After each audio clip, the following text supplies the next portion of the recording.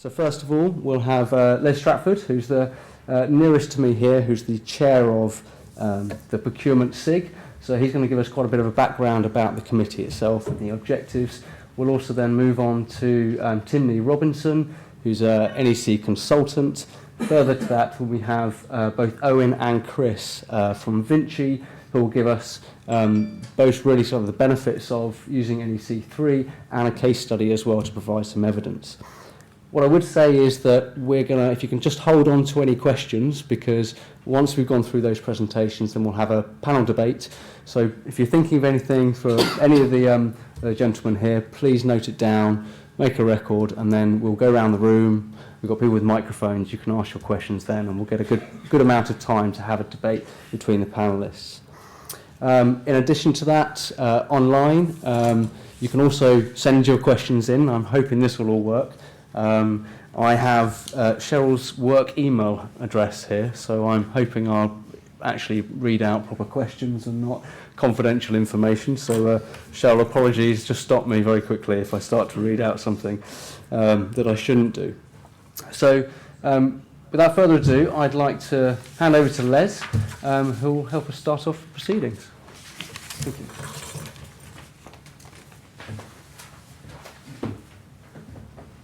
Thank you, James. Well, good evening. My name is Les Stratford, and I forgot to press the little bit of... there we go. Les Stratford, Chair of the Procurement SIG, and I'd like to extend my welcome to you this evening at this splendid venue. Before we get the speakers on to deliver what you've all come here for, I'd just like to tell you a few things about the SIG. Because we've been on a bit of a journey the last 18 months, 2 years.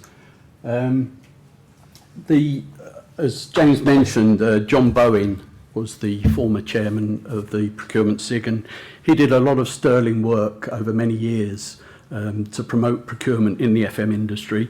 But the SIG kind of died a little bit in terms of what it was doing in the sort of from about 2010 onwards, and John wanted to revitalise it. So in early 2014, he invited volunteers to reform the committee, if you like, and I was fortunate enough to be invited to come along. And John always intended that he would step down sometime in 2014, which he did, and handed over the chair to me. Since May 2014, I have a passion for knowledge transfer, and one of the things I wanted to do was to get some knowledge out there to the FMs. So we've embarked upon quite a programme of writing short guidance notes to help mainly your corporate FM. We kind of reasoned that your average FM contractor will have plenty of in-house support when it comes to procurement and contracts, and that's probably true of a lot of public sector organisations. So our target audience has always been the lone FM working in an office, usually under the stairs in a big corporate building, trying to plough through lots of things he's never been trained to do properly. So for any of you that have read any of our guidance notes, please do bear in mind that they are aimed at that sort of person. They're not intended to be, and neither do we profess them to be, definitive guidelines. They're there to help our target audience.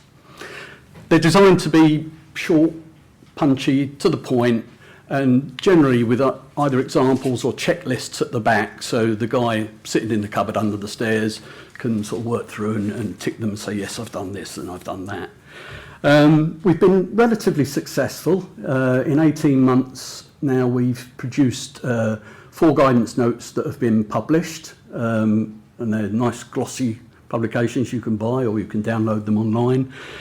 We've got 3 more awaiting publication, which are in a draft form on the Procurement SIG web pages, and we will be hoping to write a few more over the next few months.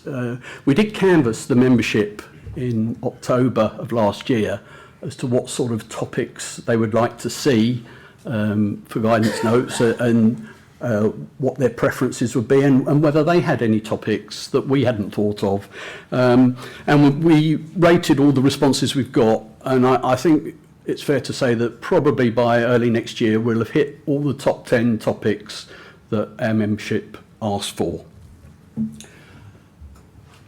In terms of the, I did put up where to find them. I don't know if anyone's interested in knowing where you can find them, because I have to profess the BIFM website isn't the most easy to navigate. We can send some links later. Okay. In terms of the future of the SIG, I will be close to my 2 years tenure in the early part of next year. So I've decided to step down a little bit early and hand over to Wendy Sutherland, my current deputy.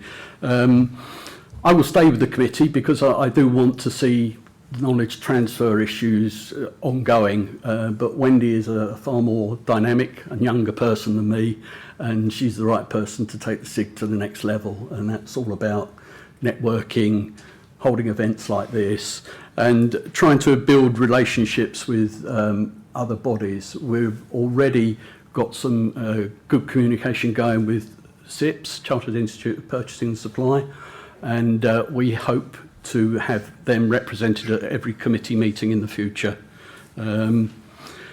So, if you want to follow us on social media, there's all the links. I don't understand them because I'm old, and I'm still struggling with the fact that a phone can also be a camera, let alone a smartphone. And lastly, before I hand over to the first speaker, I just want to give a little bit of a personal view on the term services contract and the short contract. First of all, I've got to make a confession, really. I enjoy reading contracts. Which is hardly surprising because I was trained as a quantity surveyor, and as you all know, it's the second most boring profession after accountancy.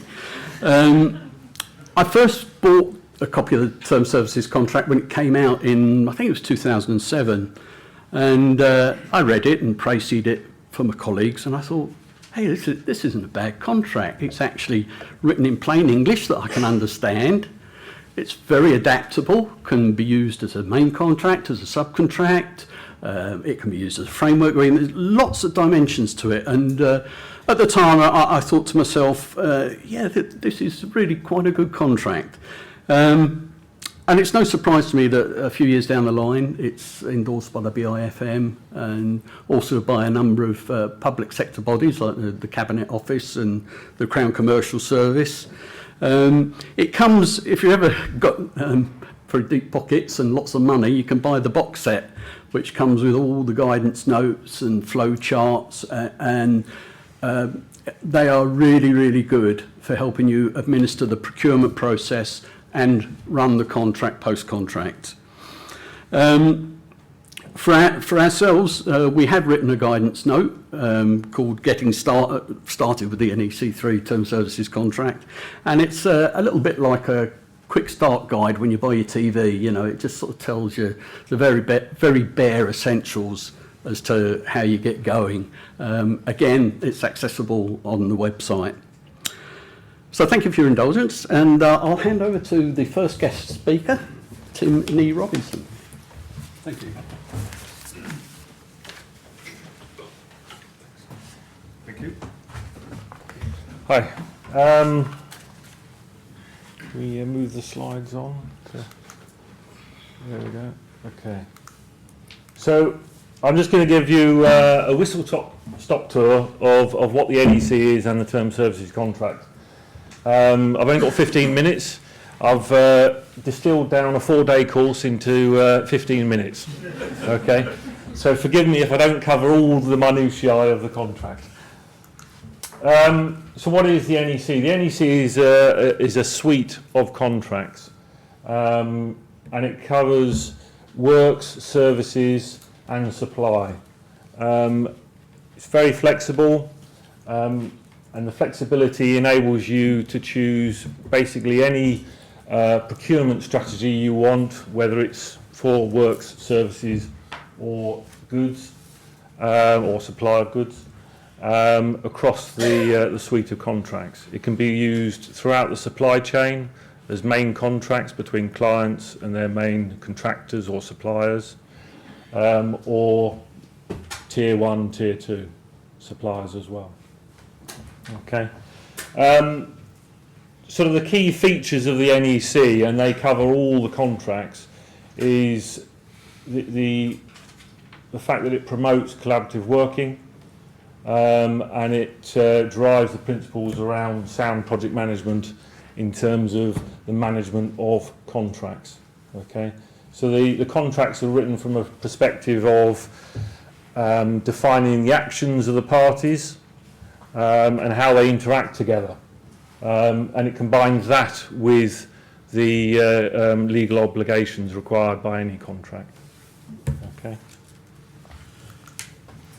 This simple slide tries to give you a summary very quickly of where you can use the different forms of contract and at what different stages of a project or asset that you're trying to manage.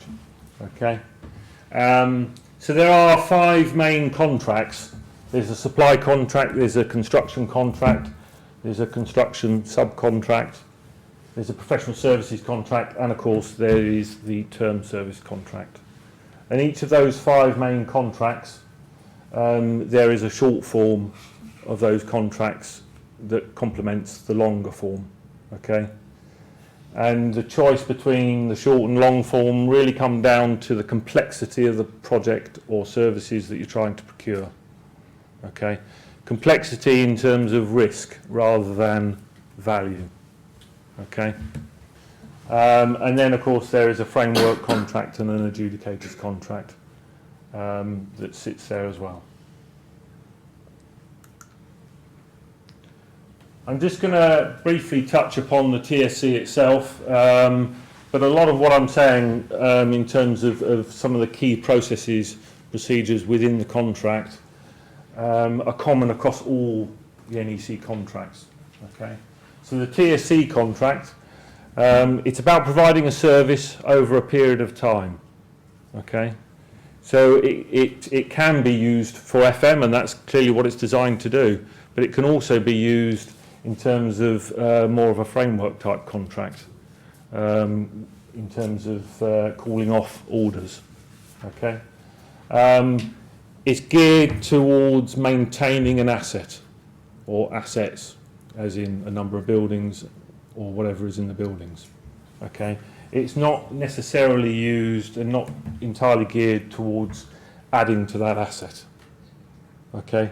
You can do that, you can bring that in, it depends on how you draft the service information.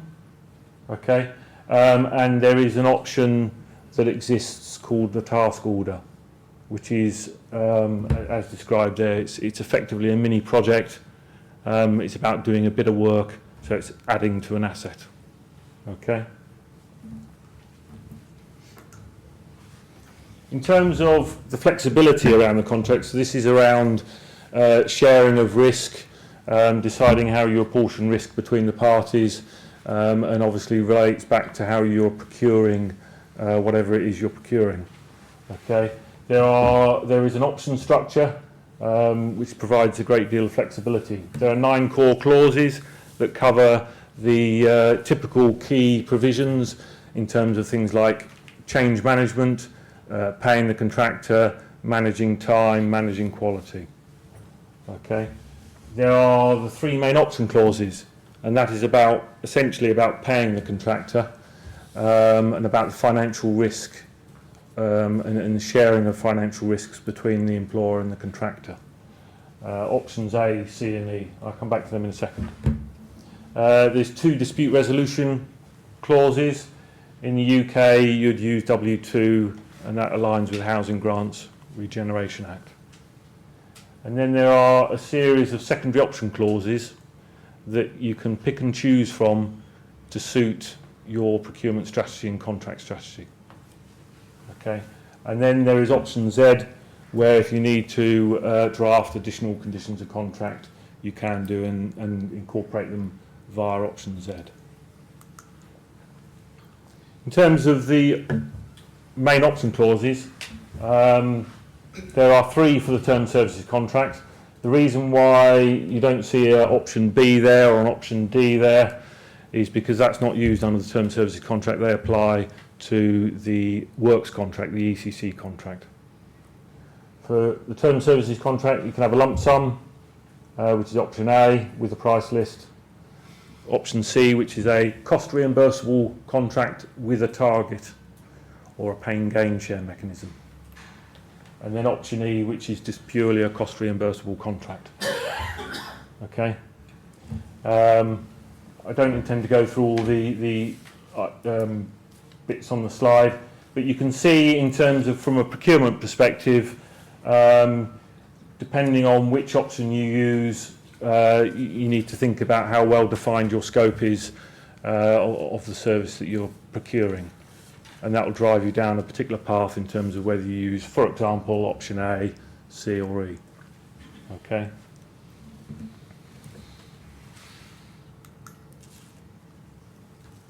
I'm just going to cover some key provisions in the term services contract, and as I say, most of these are common to all the NEC contracts. Okay. 10.1, an important clause.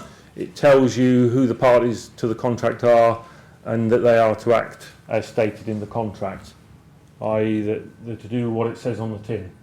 Okay. It provides the obligations to do everything the contract says. It's the only clause in the contract where they use the word shall. Okay. And of course, it sets the tone in terms of working in collaboration. So it's got the in the spirit of mutual trust and cooperation, which is a key principle that underlines all NEC contracts.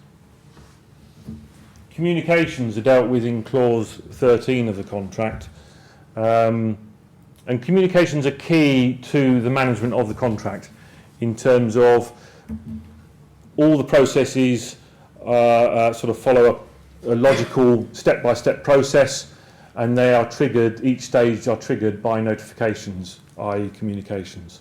Okay, these are written communications. Okay, and clause 13 sets out and defines what written communications, what they are, and how you operate the contract with them. It's important to have a communication process or protocol defined in your contract. Okay.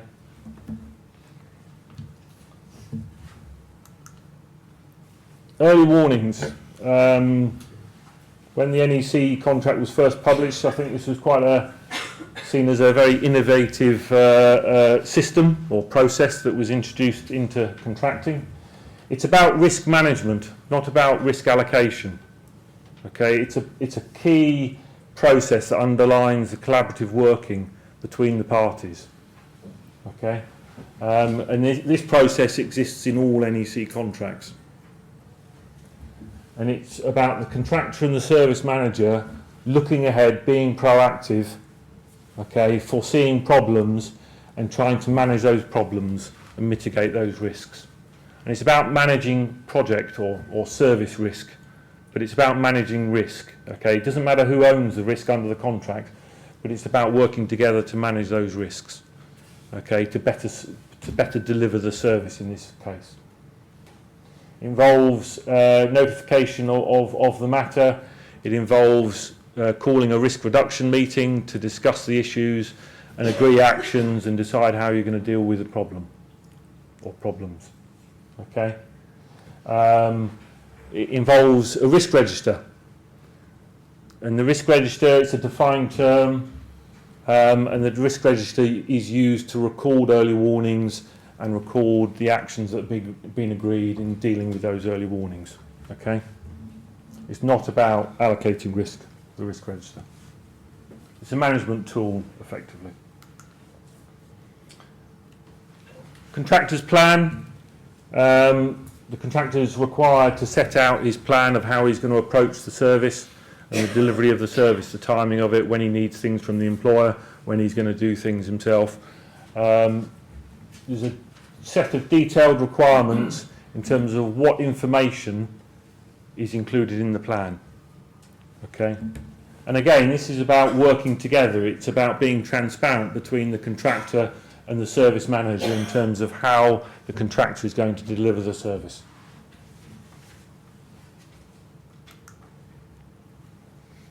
Compensation events. Compensation events are the way the NEC describe their change management process. Okay? Compensation events are defined in the contract in clause 60.1 and certain other clauses, depending on which secondary option clauses you may be using. And the event has to fall into one of those defined events. Okay? There is a clear process, and this process is reflected in all NEC contracts. 4-stage process, which involves notification, a quotation stage, so the contractor provides a quotation for the time and cost effects, the assessment stage, and the implementation. The implementation is NEC's way of saying that the compensation event has been agreed, the cost and time effects have been agreed, or the cost effects, should I say, have been agreed, and you've closed out the issue. Okay? The process is designed to work contemporaneously with the work going on. Okay, the service being delivered. So you're agreeing the effect of the change as you go along. Okay, you're not storing it up for the future.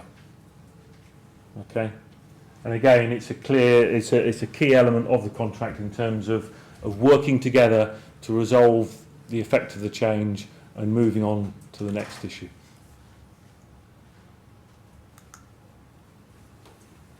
I think that's it. I was going to say, have any questions, but I won't. Thank you very much. Thank you.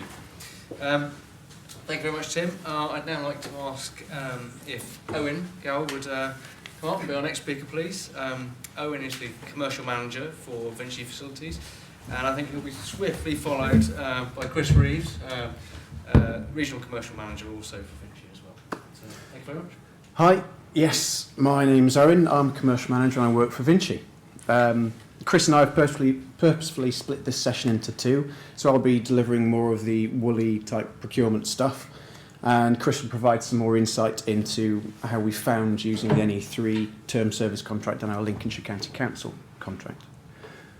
So whenever I start a talk like this, I like to tell you a bit more about myself, because one, it calms me down a bit, calms my nerves, and hopefully it helps you trust me a little bit more. And if I bring a bit more risk into the room, hopefully you realise I'm not telling porkies. So I'm 31, and I worked for Vinci for the past 7 years or so. I've got 2 daughters, one aged 3, one 6 months, and I live in Yorkshire now, but well, I originally come from Cardiff. I don't sound Welsh at all because I grew up speaking the Welsh language. And so I picked up some sort of posh English accent somehow, instead of a thick Cardiff one. Some people tell me that there's some rugby going on, but I haven't been watching any of that, so don't worry. Outside of work, I make cider. Handcrafted traditional farmhouse cider. Delicious stuff. Just a couple of weeks ago, we produced about 150 litres of the stuff. And over the years, we've had quite a bit of success at local beer and cider festivals. And in 1998, I was the Welsh yo-yo champion. And it just so happens that I haven't got a yo-yo in my pocket, not today. It has happened in the past. The only other thing that I want to say is in 2014 I was the winner of the RICS Young FM Surveyor of the Year. I've got to add that in now because in November they named the 2015 winner, so I've only got about 3 more weeks worth of milking that. So I can say it at every chance I can. So that's me. Now on to why I'm here. So I'm here to tell you a story. It happened a few years ago. We just won a bid to deliver integrated FM at a newly built secondary school in Sheffield. As a main contractor, we had a lot of procurement in front of us and a fantastic plan of how to do it. It was going to be the best procurement exercise that I had ever done. And then I was seconded onto a project 150 miles away. Even though I was on the other project, I still retained the management of that procurement. So, except now I had to do it in about 50% of the time that I had expected to give it at the start. So with a show of hands, if we can, who here has been forced to do procurement without the full resource it needs? Yeah, is that something that we recognise? A few of us in the room, but even though it's on WebEx, thanks at home for your participation. I'm sure there are lots of hands going up.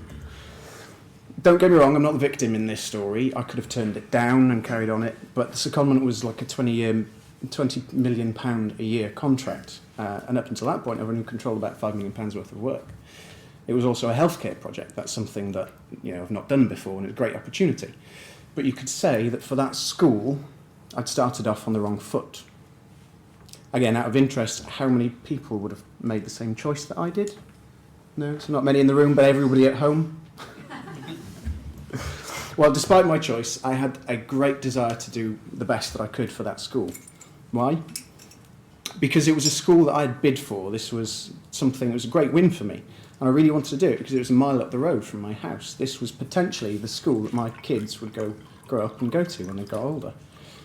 If you picture it now, it's a brand new school, a brand new high school, high up on the hills in Sheffield, Peak District National Park across the road, biomass boiler heating it from the wood cut down from the trees on the valley opposite, and it snowed in June. It's a lovely place if you ever go up there. But this was my school. So I stayed up late, I worked on the weekends, I made sure that no stone was left unturned. It's the Peak District after all, so there are a lot of stones. And I found out that I'd missed something. I had missed the deadline for ordering the phone lines. Has anyone here dealt with BT before? Yeah, well, for those who haven't, I didn't order the phone lines when I was 6, so I'd missed the lead-in time. Has anyone else missed something during procurement, despite your best efforts? Yes? We're only human, it's something that happens. Partly because of the passion that I brought to this project, I ended up with a great relationship with the client. We both wanted it to succeed. It sounds obvious, but it really made the difference. How would you score for that in a tender evaluation? Just a question. The procurement was a success, despite my daughter arriving about 3 weeks before go live date. And everything was there ready for the first day of school, and these lucky kids now have a fantastic facility maintained to a very, very high standard. And the project is still a success nearly 4 years on. We've still got the contract. So how do we get through it despite these problems? Well, we made it happen.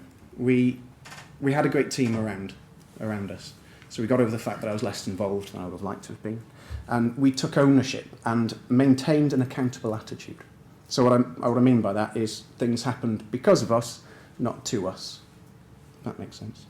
I called in some favours and fast-tracked the phone line order, but I could only do that because the client was willing to help. We had a procurement strategy and we planned it well. As we all know, prior planning and preparation prevents poor performance. Come on. And Peter Piper picked a peck of peppers. There is a Welsh version of that, but I'm not going to say it because I'll spray all the people in the front row. So the data we had was good, and that's key for me. If you start off with, or if you give bad information, then it wastes time, it wastes effort, and it allows for confusion to come in. So words like manage, organise and deliver might mean exactly the same thing to one person, and it could mean 3 separate things to another. And that's the confusion that we need to weed out early on in the data or during the procurement of the specification. The NEC contracts, as we've heard, you've got the service information. And if that data is bad, it leads to a compensation event later on. Imagine leaving out a property from the affected property lists. No, I didn't do that. I feel as well that you really need to know the contract. It sounds obvious as a simple statement, but from what I've seen, it's actually quite rare. Now what I'm talking about here is the concept of the intelligent client, and the NEC pack developed with BIFM that Les was talking about. It's an aid to that, essentially. So it's scenario flow charts, simple language, and template forms.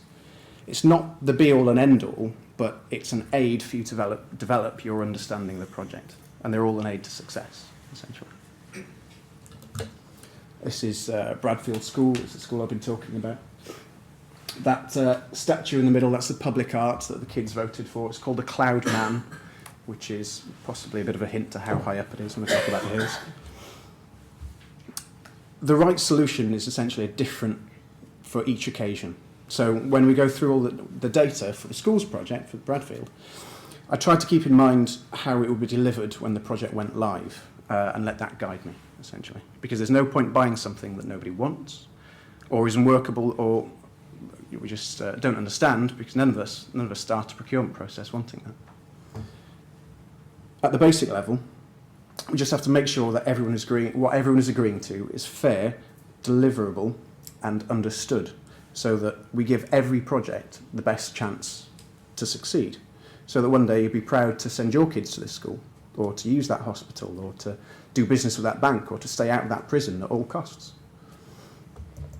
Now, what I want you to take away from my little spiel today, before I pass on to Chris, apart from the question of where can I buy a bottle of delicious handcrafted Yorkshire cider, it's get your data right, and at every point during the process think, is what I'm doing now giving this project every chance to succeed? And a personal desire of mine, think about time. So think longer term if you can, because you have more of an opportunity to do a hell of a lot more if you've got a longer term contract. And that's my bit. Thank you very much for listening and putting your hands up. And I'll pass you over to Chris, who's going to talk about the NEC Term Service Contract.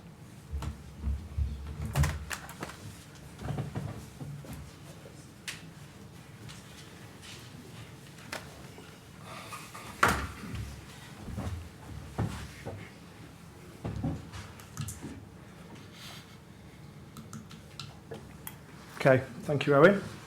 Good evening, all. As Owen mentioned, I was the Vinci commercial lead for bidding and mobilising our new contract with Lincolnshire County Council. And I've been asked to share some of my views on how the term service contract, which we use on the project, has worked so far. I'll also try and share some of my views on things to look out for. Our contract with Lincolnshire County Council went live in April and is placed under Option C, Target Contract with Price List. It runs for 5 years, with a performance-related option for a further 5 years. The contract is estimated to be worth around £90 million over that term. For those of you unfamiliar with Lincolnshire, it's in the East Midlands and is one of the largest counties in the country. Lincolnshire County Council themselves are the fourth largest council in England, employing over 5,500 people. The photo shown here is the county offices in Lincoln, which now form the hub of the operation, where ourselves and our client team share an open plan office with a hot desk only policy. The service information within the contract involves us carrying out a full array of total FM services, as well as property, energy and estates management to the council's corporate property portfolio. To ensure we have the expertise to cover all areas of the contract, we formed a joint venture with Mouchel and operate under the name Vinci Mouchel. The affected property list and the service information cover around 500 properties.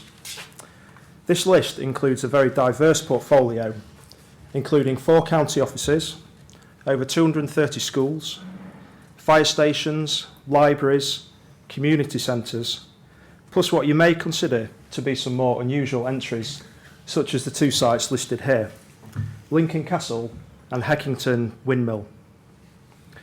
We also manage 2 traveller sites in the county, as well as the Judges' Lodgings in Lincoln, not only for stays by travelling judges, but also for everything from conference room hire through to wedding planning. Although it's still early days, I think all parties involved would say the mobilisation and transition of the contract has so far been a success.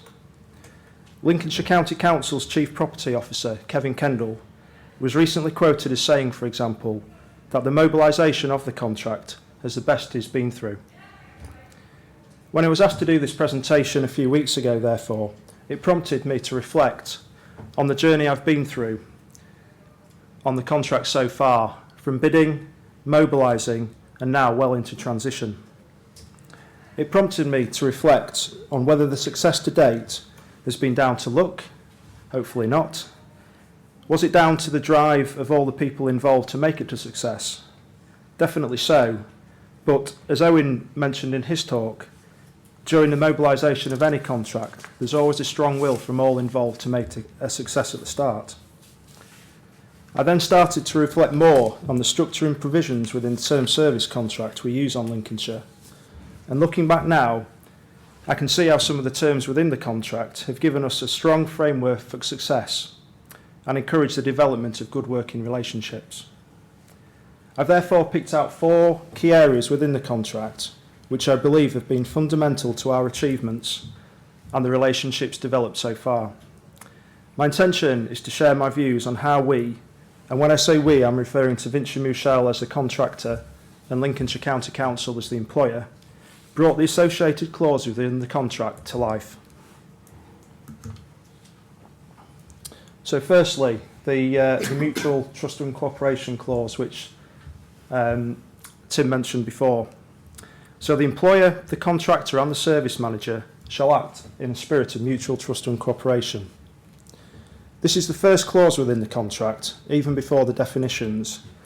And while some people, I'm sure, will pay a bit of lip service to it, reflect on the contracts that you've worked on that have been a success. And I'd hazard a guess that you felt there was a spirit of mutual trust and cooperation between the parties, the opposite being true for failed contracts. Right from my early involvement with Lincolnshire County Council, it was clear the reason why they chose the term service contract was because strategically they wanted to foster a one-team approach which addressed head-on some of their frustrations with the contracts they worked with in the past.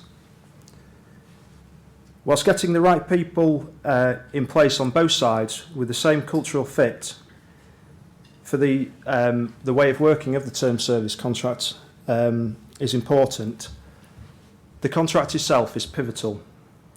It focused greatly on transparency, on good prompt communication, on addressing issues before they escalate, and certainly in the case of option C, on shared financial goals.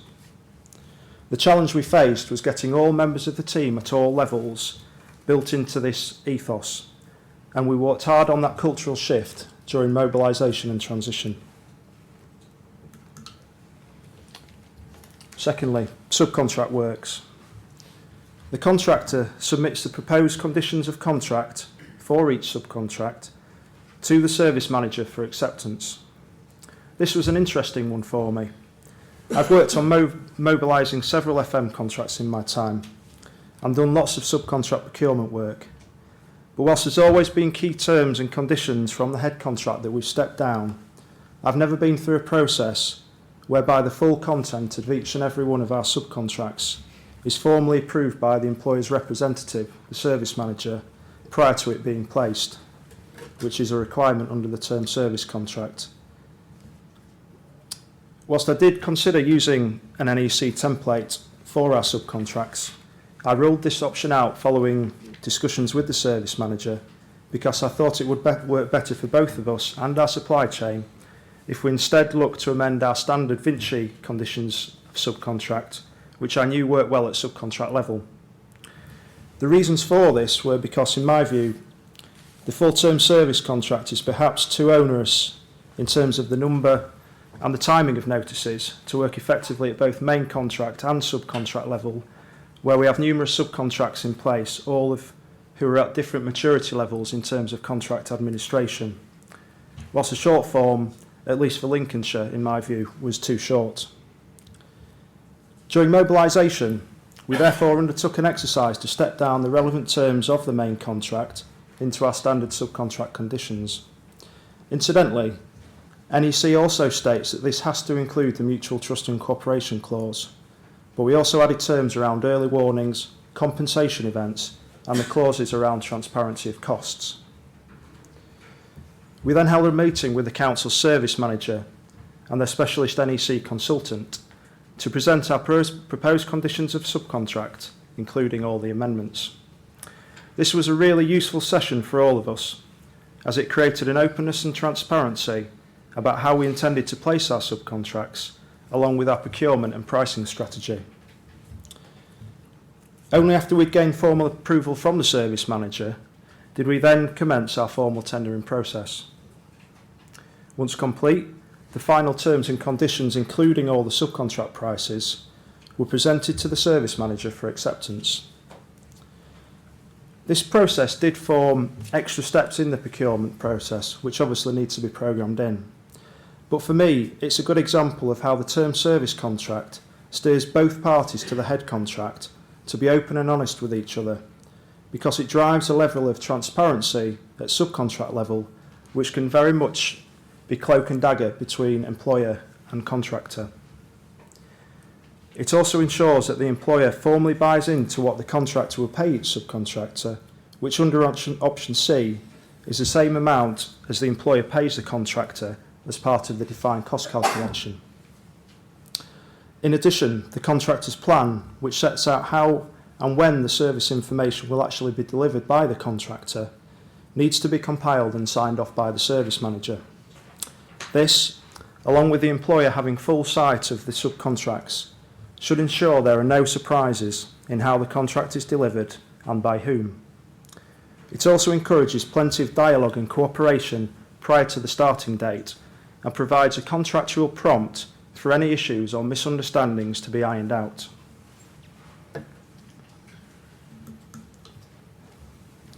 So the third area is defined cost and contractor share.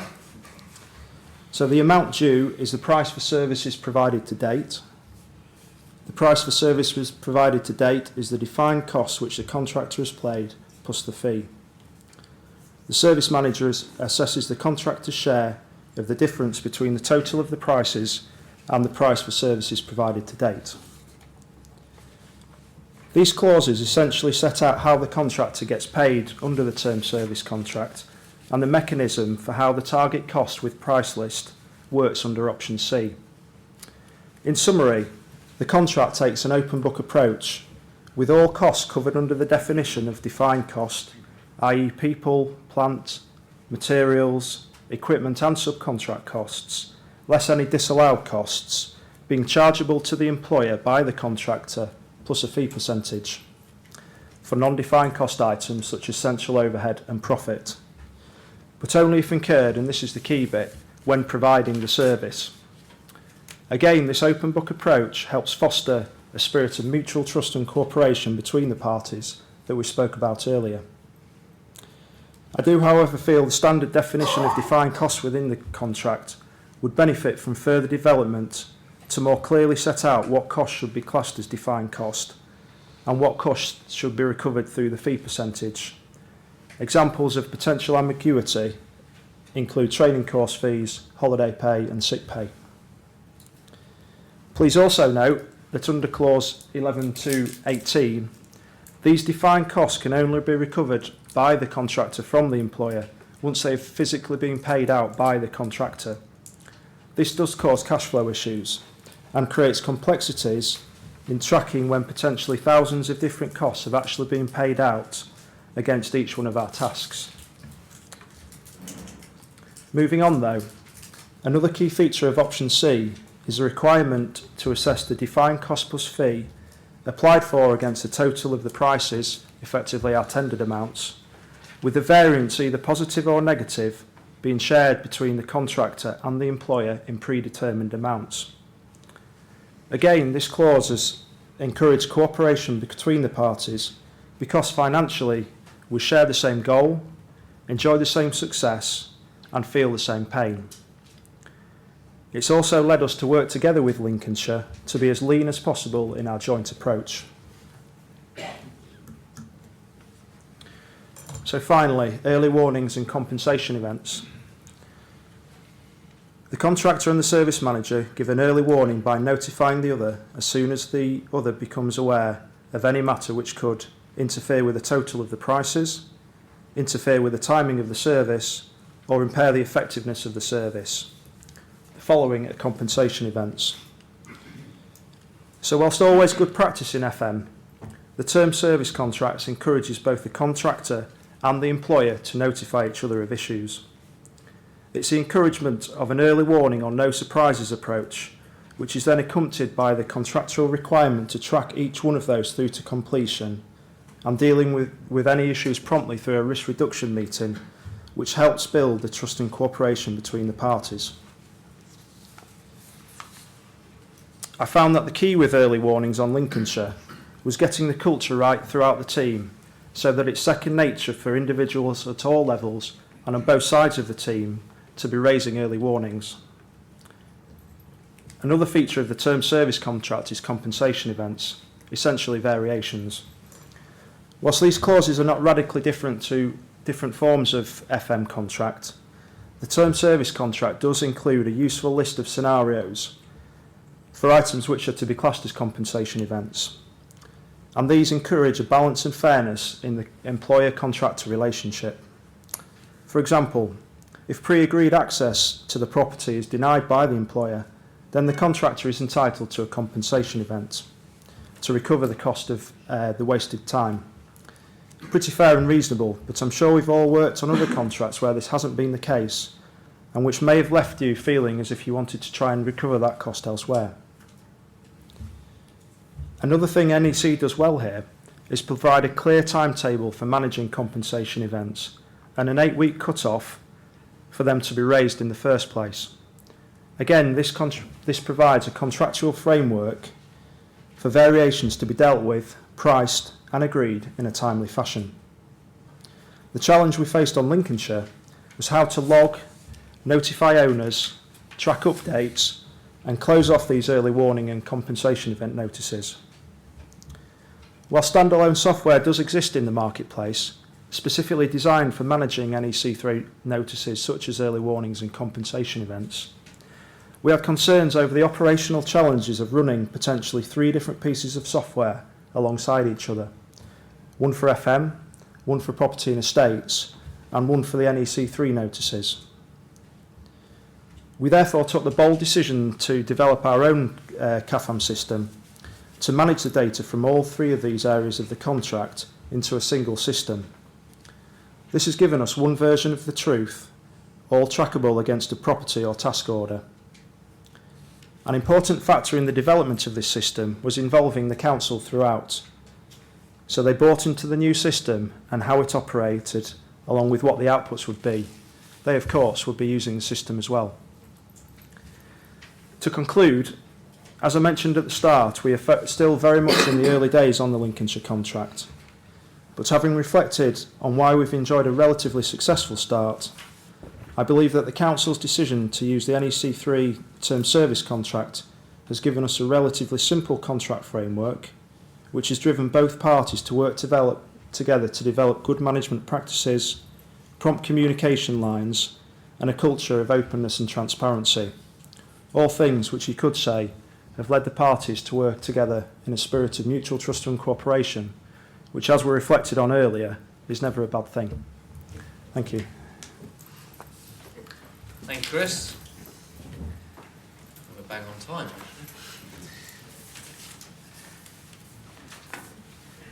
Move over here. Right. Now really is time to kind of ask the panel some questions. And if you see me ducking down here, it's because my eyes aren't very good. I'm looking at the laptop and the font's quite small. So at the same time, I'll try and look at some questions that come in online and not personal emails from Cheryl. So basically, we've got some mics at the back. I think we'll start off hopefully with some questions in the room.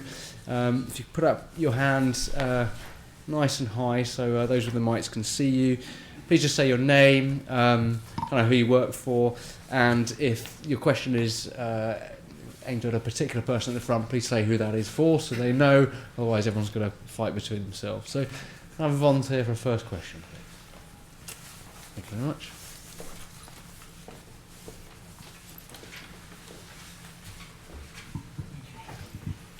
Hello, my name's Bob Park and I'm an independent consultant. I was interested to hear the real-life experiences that Owen and Chris outlined, as well as the practical layout that Tim mentioned. I had a question forming in my mind about what happens at the very start of an engagement, and I'd be interested to understand what happened in the case of Lincolnshire, for example, about how you chose the form of contract that was going to be used, and which options were actually ultimately agreed upon in the contract. Because often where contracts fall down is where those things feel like they've been agreed and don't actually deliver at the end of the day. I wonder if you could highlight any insight. Yeah, I mean, obviously, I was sort of coming from the contractor side, so we sort of got involved once Lincolnshire decided which version of the contract they were looking at using. I think as a sort of mentioned, I think they'd have sort of frustrations in the past about getting the transparency, especially on the sort of cost and so on, which is why I think option C was attractive, because it's the option that gives the openness and transparency of where the money is being spent, and also with the target cost, you've got that shared goal that you're both working to, that you can you can flex things, you can change the service information, but you've always got that common goal, and you share the any pain or gain as a result of that. They did Lincolnshire got procurement specialists involved in the early days, so they had some advice from the NEC. So it went to tender as a set of options already decided? Yeah, and they were decided before we get involved in the process, but we do know that they got a consultant involved that was worked with us throughout the process. Saved a lot of heartache, I imagine. Thank you. It's interesting. Thank you. Can everyone hear at the back, by the way? Can you hear okay? Great, thank you. Anybody else? Yeah, thank you. Well, it's right in front of me. Ed Baldwin from Arcadis. In terms of the procurement governance, would you recommend at the pre-qual stage that the market sign up to the contract without derogations? Or is there flexibility once you get to the full tender stage, if you are a tender, i.e. to the final six, for example? I can give my view on that. I think, doesn't that depend to some extent on the public procurement regulations in terms of they've recently changed? My understanding. That's the question. Do we have that flexibility within the OG process? That's not a question I can particularly answer, I'm afraid. I don't think that I wouldn't like it to be defined at the pre-qualification stage, because as you go further into the procurement, then you understand more details of it, and the relationship develops between the contractor and employer during that stage. And I think at that point, it's the contractor's responsibility to say, this could work slightly differently, so inviting the alternative tenders, or that do you realise that this isn't going to work so well, so we need to move it around. At the pre-qualification stage for a few of the projects that I've worked on, it's been too early to define it that you will have to, there are no derogations, there are no alternatives to this, it to be set at that stage. So, my preference, and I think you can do it under the OG. But the Crown Commercial Services don't allow that, do they? Yes. You sign up to that. Yeah, you sign up to that. Crown Commercial Services is a particular case that, yes, I agree to that side, but I think that's developed quite a lot. And to give you a separate question, can you novate an existing contract of the client to the NEC once you've awarded the main contract? Under the OG process? Yeah, sorry. We have an existing supply chain with the contract, and the term is longer than when you strike your contract. Can you novate that contract to the head contract? Not without amending the NEC. But it's possible. If you amend the contract to make that provision possible, yes. Okay, thank you. Thank you. Steve, just in the middle there, Anne.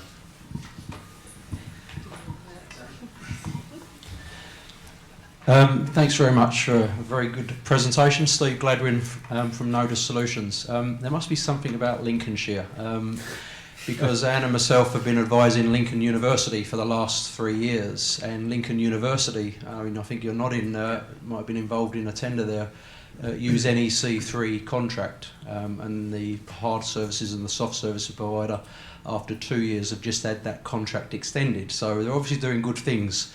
And when I talk to the client at Lincoln University and the contractors, I do get this sense that there is a collaboration and it's really working well. So, I'd applaud the use of NEC3. The key thing for me, though, and my colleague will probably testify to this, is the collaboration doesn't just start with the contract. There's a lot of pre-work that goes in before. So we use the process BS 11000.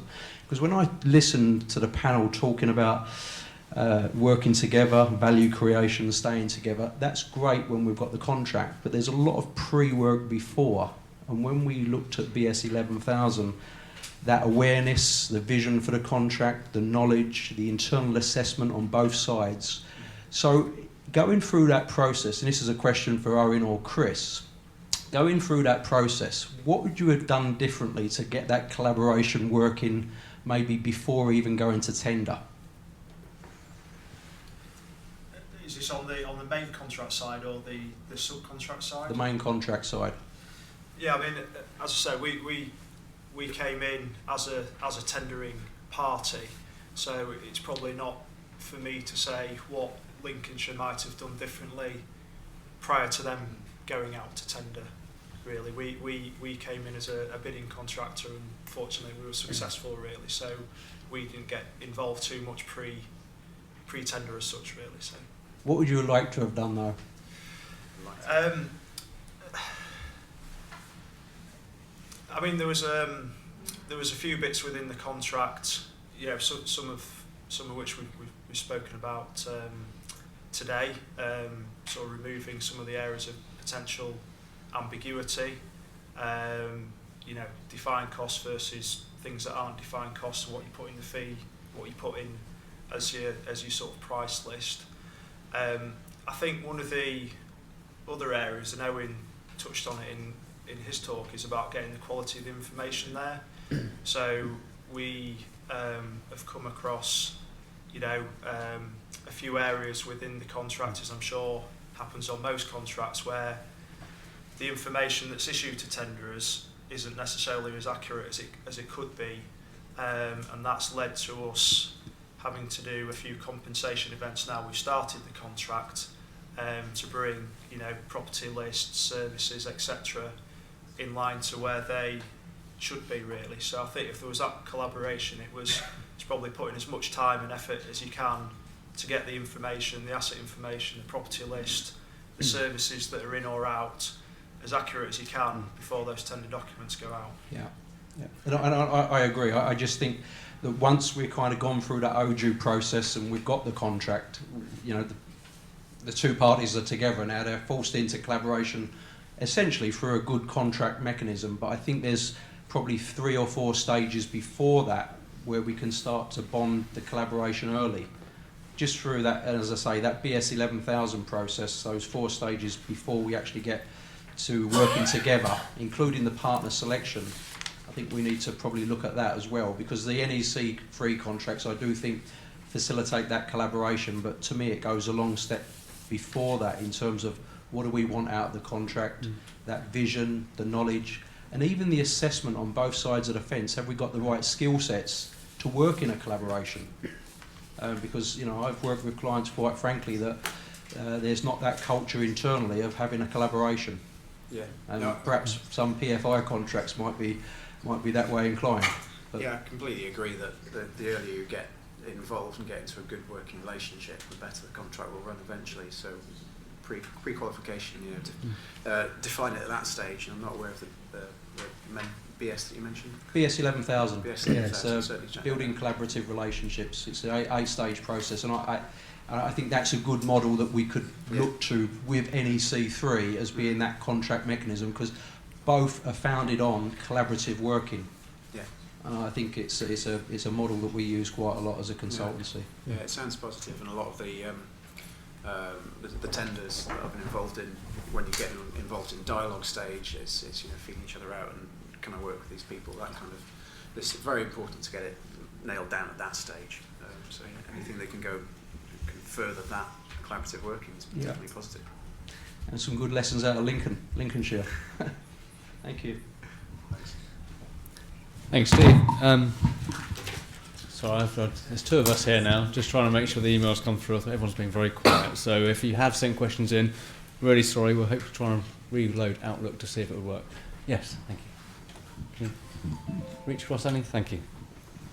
Mike Rowlinson from Gleeds. With the NEC contract, it sounds like from the description, with all the openness and clarity and agreeing everything with the subcontractors before, and tracking all the compensation events, it sounds quite administratively heavy. is it in fact heavier than other contracts? And if it is, do the rewards make up for the cost incurred in that? Yeah, thanks for that one. Yeah, I mean, as I sort of touched on towards the end of my talk, that was one of the real challenges that we had on Lincolnshire. So I'm not sure when the term service contract was set up, maybe coming from a sort of construction type contract, whether the sort of full appreciation of the amount of tasks or work orders that we sometimes have in FM contracts was sort of fully appreciated. And well, I said that whilst there is sort of standalone software, you know, on Lincolnshire we do get, you know, a high volume of early warnings and compensation events. Just sort of picking up on Steve's points, just because, you know, maybe because we're in the early days, there's a lot of changes that we're having to go through, and maybe a bit of excitement about, you know, people really buying into raising those early warnings and so on, and getting the culture there. So there is a challenge, and I think what we tried to do on Lincolnshire and why we sort of developed the CAFAM system was we didn't want to be having one system dealing with early warnings and compensation events, and some of those are linked to tasks, some of them are just you know, sort of standalone type items that for something that may or may not happen. So it might not have a, you know, a task order that's been actually raised at that time, but for the ones that have got a task raised, we wanted to have a system where we could link that to the task order rather than having to juggle sort of two different systems really. So we took the step on developing the CAFAM system, so for each job on there, if there was an early warning or a compensation event that was associated with that, then you saw them all in one place. And there's also the tracking of costs as well associated with compensation events, that we didn't want that sitting on one side of one system and having to constantly do checks and balances really. But yeah, it is a challenge, yeah, and sort of, you know, trying to sort of raise a bit of awareness around it really. I think to add to what Chris has said, I think it's worth bearing in mind that under other forms of contract, often you deal with what you're dealing with under an NEC contract at the time of the event. You're dealing with it much later after the event. So yes, there's a lot of work at the time, perhaps, of dealing with the event and agreeing what the change is and so on and so forth. But on other forms of contract, you often spend a lot of time often arguing about that a long time after the event, and you're trying to change, you know, when you do that. It's a formalised process of dealing with something that you would have to deal with anyway. And it doesn't have to be, you know, a burden. You know, you've got systems that you can use, and particularly if you've got the right relationship and the dialogue going, that does very much smooth the processes in terms of going through the steps in an efficient, quick manner. So, Tim, can I just ask, we talked about, you know, sort of compensation and looking at early warnings, obviously various different triggers in the process to force that almost conversation between both parties. But on the same time, we've also talked about the importance of the relationship and mutual trust, and and obviously they don't necessarily have the triggers associated that force that conversation. So what would you say are like the almost the top tips of how do you manage the relationship in between those formal processes? Like any relationship, it takes time to develop, doesn't it? And I think, you know, somebody's commented about that earlier. And of course, dialogue is the most important thing. Early warning process is a good way of creating that dialogue. I'm not saying you deliberately notify early warnings to create a dialogue, but that's a good way. You can apply that sort of philosophy to all the processes under the contract, whether it's agreeing the contractor's plan or agreeing compensation events. You can have that dialogue up front in terms of agreeing what's on the plan, for example, such that when the contractor actually submits it, he gets it accepted straight away, rather than having to go back and forth, sending it back and forth and updating it before you get to an acceptance, which I see a lot of times happening. Have the dialogue up front, work together to develop it, work together to update it as and when it's required. And you apply that philosophy across all the processes under the contract, and that will help to smooth the way. inevitably you're going to have areas where there will be disagreements. Yep. You know, often it's around money. You surprised me. But you know, if you've got that dialogue, you know, hopefully, and you've got the transparency, hopefully, you know, people understand where each other are coming from. Yep. I'm not saying that's going to resolve the problem, not always, but that's why the contract has an adjudication process linked to it. You know, that if there is a big issue, you can go to adjudication and get it sorted out and move on. The contract's trying to get you to make decisions and move on to the next issue. Focus on actually managing the work rather than arguing over contractual issues, for example. Okay. I think one of the other issues, just to build on that, is to give yourselves enough mobilisation time. So I'm sure we've all worked on contracts where the mobilisation period has been so tight, so there's been very little time for these issues to be ironed out and different versions of the contractor's plan to be, you know, passed forward and agreed, you know, the subcontract T's and C's and all the things we spoke about. I mean, on Lincolnshire, and you know, to be fair to Lincoln, we were notified we were preferred bidder in July 14. We were, you know, set the ball rolling in August last year, so we had a good sort of 6-7 months lead in, which was a good job because we had a new CAFAM system to develop, we had the office move, we had the new contract in Lincolnshire, had all sorts of other contracts going live at the same time, but it did enable us to have time to build the relationships, to work through issues. So, you know, as we gave ourselves as much chance, and Lincolnshire were very much involved in that, that when things did go live on day one, on the 1st of April, that we hit the ground running, really. Yeah. And time comes into it for me, as I mentioned before. Lincolnshire being a 10-year contract, you've got the opportunity to develop that relationship so that if something happens during mobilisation phase, or if it happens 7 years down the line, you've worked together for enough period of time, you know how each other works, and you've got that relationship going. So longer term contracts, again, that assists that for me. Thank you. Anyone else? Right at the back there. Oh, no, sorry. Yeah. On there, and then Annie just after that. Just on the, nearly the back row. Thank you. Tim Gamble from Arcadis. Just following on from the discussion that we've had, really, I wanted to ask Tim how much work NEC do with clients, really, I suppose, to try and sell the product, because just from what's been discussed today, we've got words like compensation, we've got words like adjudication. They're quite emotive terms, and it's as Chris alluded to earlier as well. You've got a situation, or potentially got a situation, where at the start of a contract you've got a lot of task orders and compensation events that could stem from the quality of the information that the client had provided the contractors to tender against. And is there a potential scenario that comes up a lot where the contractor coming in could be seen to be obstructive because it's all suddenly about compensation events and about it's almost like putting barriers up to delivering the service rather than actually just, from the client's perspective, just getting on with delivering the service that they think that they've tendered?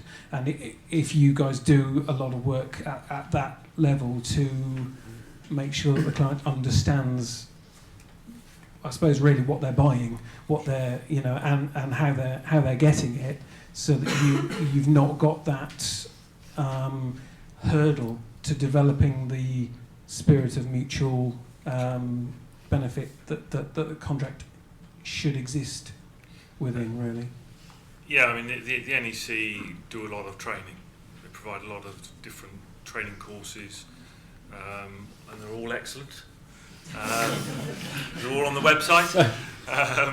But yeah, they provide a variety of training courses to support the acquisition of knowledge in terms of the contract. And a lot of some of the issues that you're referring to, in my experience, come down to people not understanding the contract. They don't really understand how it works, and you're quite right in terms of some of these issues can be quite emotive. But actually, it's about managing the contract. It's about doing what the contract says which involves notifying compensation events and resolving the impact of them, for example, early warnings and so forth. And to get over that, it is about educating clients, contractors and everybody in terms of how the contract's supposed to work. And that is a focus of the NEC, in terms of the knowledge transfer. So I'm thinking where you've got a situation now where, like Crown Commercial Services, for example, are saying that they've got public bodies have got to use NEC3. So to a certain extent, so a public body would just take that and think, right, we've got to use this. Where we don't necessarily know how it works, but sure. And that's where I say there's a range of courses in terms of, for example, in that scenario, you've got a client who's just starting down the journey of using the contract. He's not used it before, so he doesn't necessarily need to know about all the administration of the contract because he hasn't even got there. He needs to know how to put the contract together, how he develops his contract strategy. So that's sort of a front end bit that needs to be developed in terms of knowledge. And of course there's the guidance notes and how-to guides that are in the other bit of the box set that provide some guidance in terms of that element of it. And of course later on there's other courses and information available in terms of actually how you administer the contract. So it is all there, it is available. That's a service that the NEC provide to clients, contractors, consultants. Thank you. Thank you. And there's when we send the information out about our connections and where to find everything, there is certainly a benefit from being a BIFM member for that connection for the training course as well. Just a quick plug. So we had a question right at the back there. I'm afraid I can't see very well. Thank you. Debbie, main prize at the Royal College of Music. My question really kind of follows on from the last question. It was really, you've talked a lot about multiple site contracts where you probably have a central contract management team and the people on the ground don't necessarily get involved in the contract. But how appropriate is this contract for a single site where you don't have that backup and support from a local authority, for example? So it was about, knowledge, training, administering the contract, and, whether it is appropriate for just one building, if you like, as opposed to a whole TFM across a whole portfolio of buildings. To answer that, it is appropriate, it can be appropriate. That's why there's a variety of options under the contract to allow you to formulate your contract strategy to suit what it is that you're covering, whether it be a building or a portfolio of buildings. So I think the answer is yes.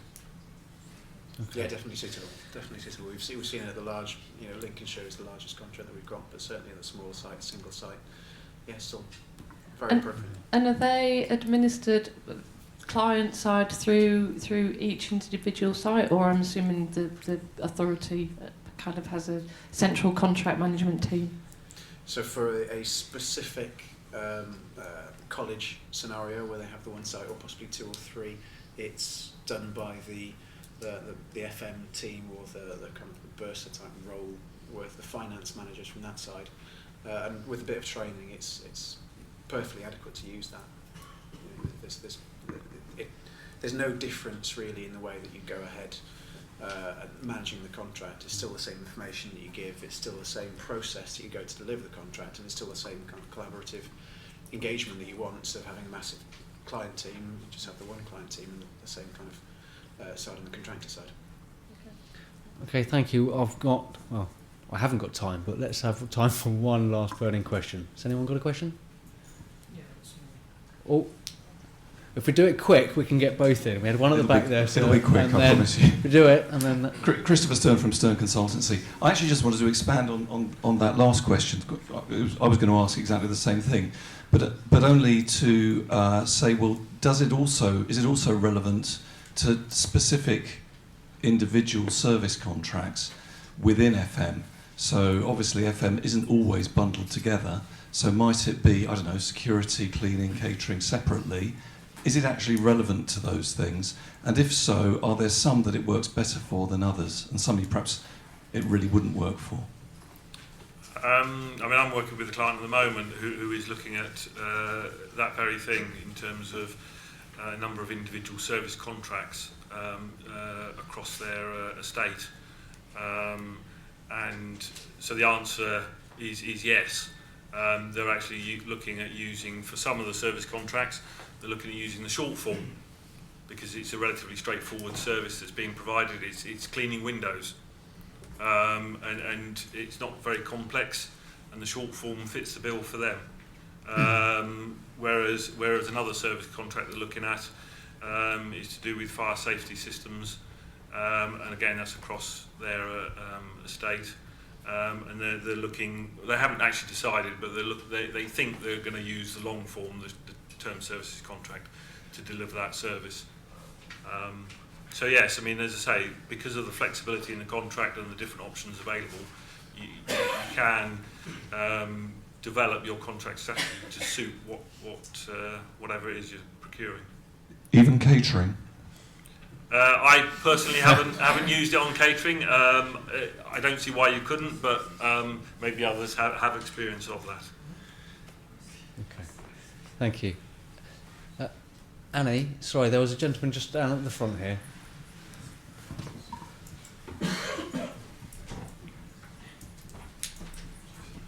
Grab the microphone.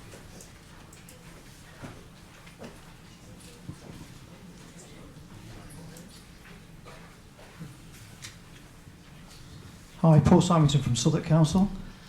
He talked about early warnings, compensation events, etc. At what point do you draw the line and issue a default notice? For what do you mean? If you've got service failure, you've had all your early warnings, you've done your risk reduction meetings, you've sat with the contractor, you do work in partnership. Don't take this question the wrong way, but at what point do you get to a stage where you say, I'm going to issue a default notice? I'm aware you can issue 20 before you go to critical default, but at what point do you draw the line? I think that's it. You've got to decide, given the circumstances that you're in, depending on what default you're going to service, i.e. terminate the contract. That's going to be quite a big decision to make, isn't it? I would suggest that you're not going to jump straight to that. There are sanctions in the contract, depending on what the issues are in terms of, for example, if you're going through the compensation event process and you're not getting to the point where you've agreed the costs associated with it, then the service manager can make his own assessment. So there are mechanisms there to help you resolve issues where, for example, the contractor is not giving you the answer that you expect or want. Okay. Yeah, I mean, just to add to that, on Lincolnshire, for example, we work to a KPI scorecard. So Lincolnshire have been through an exercise and said, look, these are all the areas of the contract we measure. There's the usual, are you doing your PPMs? Are you attending reactive jobs in time? Are you managing our budget? A few other for health and safety and so on. So there, we're constantly monitoring our performance with them, and if that drops below a certain level, then that probably forms a trigger. So that's certainly something that you could look at. I think in terms of the sort of not agreeing a compensation event, well, certainly under option C,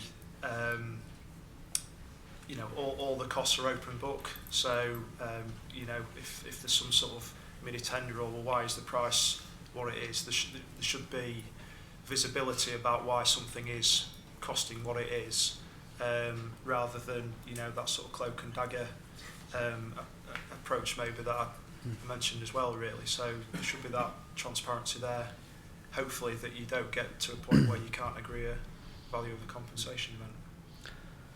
Okay, I know there are a few other hands up. I'm afraid I do need to draw a line on there. We've got receptions just next door in the Rene room as well, but I'd really like to thank ICE and NEC, particularly for today and providing this fantastic venue. Also to Les, Tim, Owen and Chris for sharing your experience and expertise. There will be a feedback form sent to you and to those online as well. And if you do have any further questions, the email address is research@bifm.org.uk. We'll also let you know about the actual video of today. If you do want to download it, we should let you know where you can find that in the coming days. But I personally would particularly like to thank Les for his stewardship of the Procurement SIG. I know you mentioned about before handing over to Wendy, but I'd just like to say on behalf of BIFM, thank you very much. And please join us next time.